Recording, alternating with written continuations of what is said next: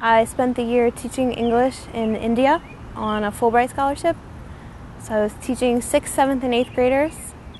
One of the biggest challenges that I faced was I was the first teaching assistant that was placed in my school.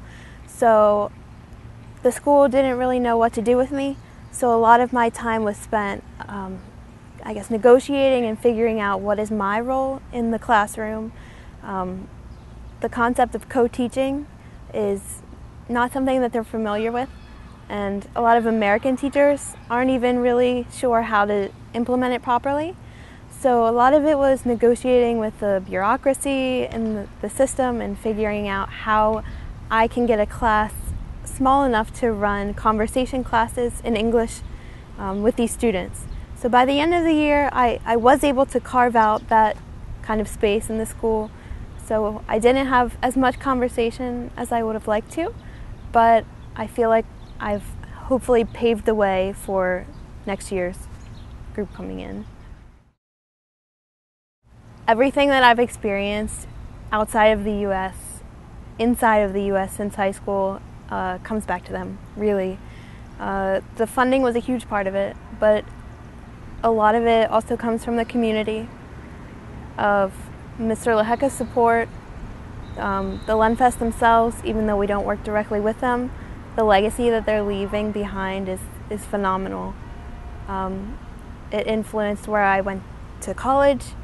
I ended up going to a liberal arts school, and as the first in my family to attend college, I didn't really have any input. Not that they weren't interested, but the guidance and help that I needed mostly came from Mr. Lehecka, who happened to help me find Ursinus. And since then, everything's kind of just fallen into place. If I hadn't gotten Lenfest, I wouldn't be at this school. If I hadn't been at this school, I may not have gone to Fulbright, and it's really a chain reaction.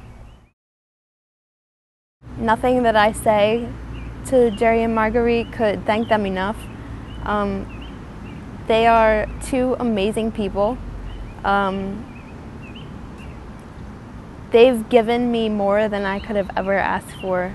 I would not be here with my experiences today if it weren't for them. I've always known that I wanted to teach, but I didn't know that I would be going into teaching with such a broader worldview than York Springs, Adams County.